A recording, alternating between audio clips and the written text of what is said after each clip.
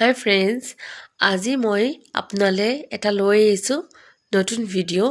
ফাৰ্ষ্টে মই ইণ্ট্ৰডিউচ কৰোঁ মই নিজকে। মই প্ৰিয়াংকী বোকাখাটৰ পৰা কৈছোঁ। মই অফলাইন অনলাইন দুটা ছাৰ্ভিচে এভেইলেবল কৰোঁ। হাই গাইজ, আজি লৈ আনিছোঁ এটা নতুন ভিডিঅ' যোনটোত মই ক্ৰিষ্টেলৰ বিষয়ে ক'ম। আজিৰ ক্ৰিষ্টেলটো হৈছে পাইৰেট ক্ৰিষ্টেলছ।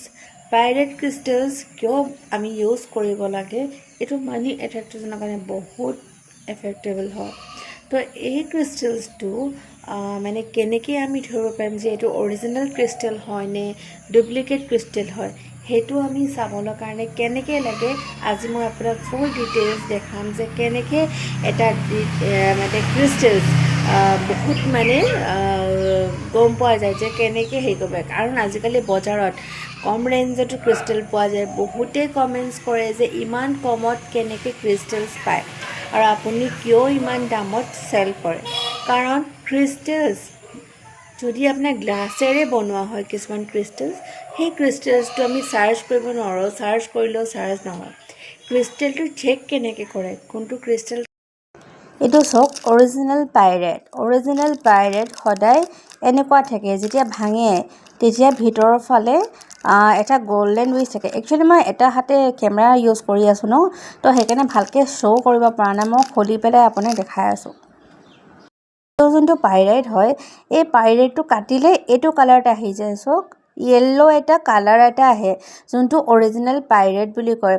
নৰ্মেলি ঢেৰ পাইৰেট পোৱা যায়, কিন্তু পাইৰেটৰ চিন এইটোৱে, যেতিয়া আমি এটা পাথৰ কাটোঁ তো কেতিয়াও পাথৰটো এটা কালাৰ কেতিয়াও নাথাকে ন।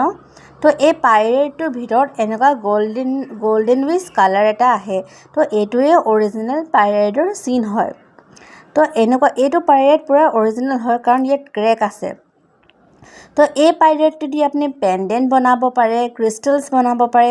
আৰু এটা কথা, যেতিয়া আমি এটা ক্ৰিষ্টেলছ ইউজ কৰোঁ বা পেণ্ডেণ্ট ইউজ কৰোঁ বা যিকোনো আমি ব্ৰেচলেট ইউজ কৰোঁ, তেতিয়া আমি অকল ক্ৰিষ্টেলকেইটা আয়ৰা ক্লিনজিঙে কৰি নিদিওঁ, এক্টিভেটেই কৰি নিদিওঁ, আপোনাৰ ডেট অফ বাৰ্থৰ লগত কানেক্ট কৰি দিয়া হয়।